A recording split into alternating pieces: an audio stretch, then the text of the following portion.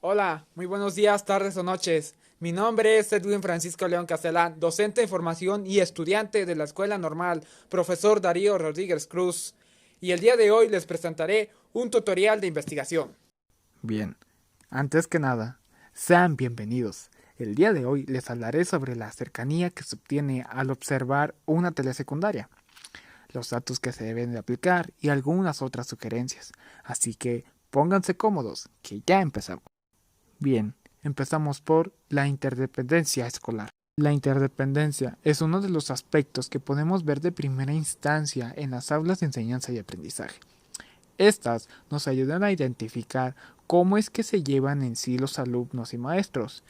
Esto deriva más a la responsabilidad y al compartir un conjunto común de principios con otros. En estos entrarían valores, creencias, normas que orienten y regulan la vida de la organización. Segundo punto, enfoque etnográfico. Y te preguntarás, ¿qué es?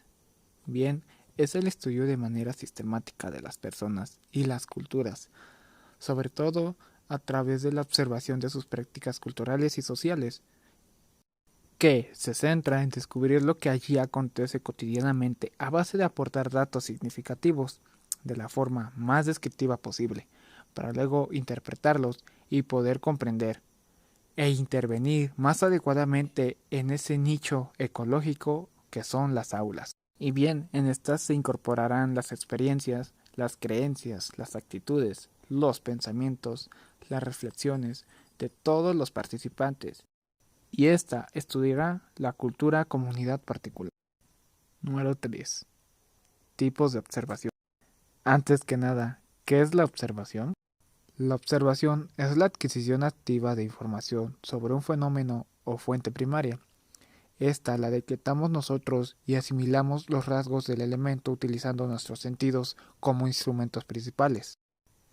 También a uno de los primeros pasos de cualquier investigación que se rija por el método empírico analítico.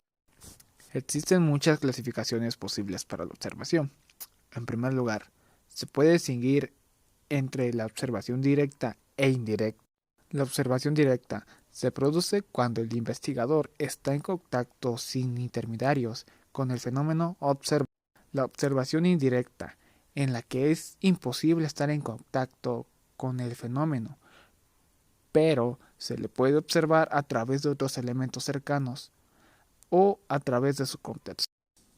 También es posible clasificar la observación de acuerdo a los protocolos que la rigen y al nivel de sistematicidad que la rige de la manera siguiente. La observación asistémica, semistémica, sistémica. La observación asistemática. Este no sigue ningún sistema ni método, sino que se basa en la apreciación libre del fenómeno por parte del investigador. La observación semisistemática.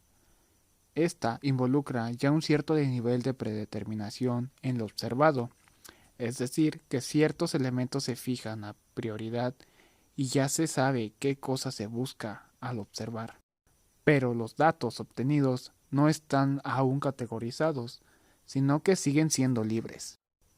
La observación sistemática es aquella que intenta agrupar la información obtenida mediante la observación de acuerdo a criterios fijados, a priorizar, aplicando una metodología y un horizonte de resultados esperados. Finalmente, otros tipos posibles de observación son los que se distinguen en donde se produce la observación. En estos entrarían dos tipos, la observación de campo o naturalista y el segundo, la observación de laboratorio o controlada. En la primera, la observación de campo, se produce directamente en la naturaleza o en el contexto dado del fenómeno que se observa. Y en la segunda, se lleva a cabo en un ambiente controlado en el que las variables que intervienen en el fenómeno están conocidas de antemano y pueden ser modificadas a voluntad, o sea, un laboratorio. Y bien, les daré unos ejemplos de cómo pueden identificar comportamientos, actitudes, aptitudes de los alumnos que se encuentran en el aula de aprendizaje y enseñanza. Bien, los métodos que pueden aplicar son el emociómetro. Esto consiste en llevar ciertas imágenes de referencia de emociones, las cuales pueden ser alegría, tristeza, miedo, enojo, asco, cualquier emoción en sí. Y en esta se anotarán los nombres de los alumnos del aula de aprendizaje. El alumno pondrá su nombre respecto a la emoción que sienta en ese momento y así podrás pasar lista al mismo tiempo.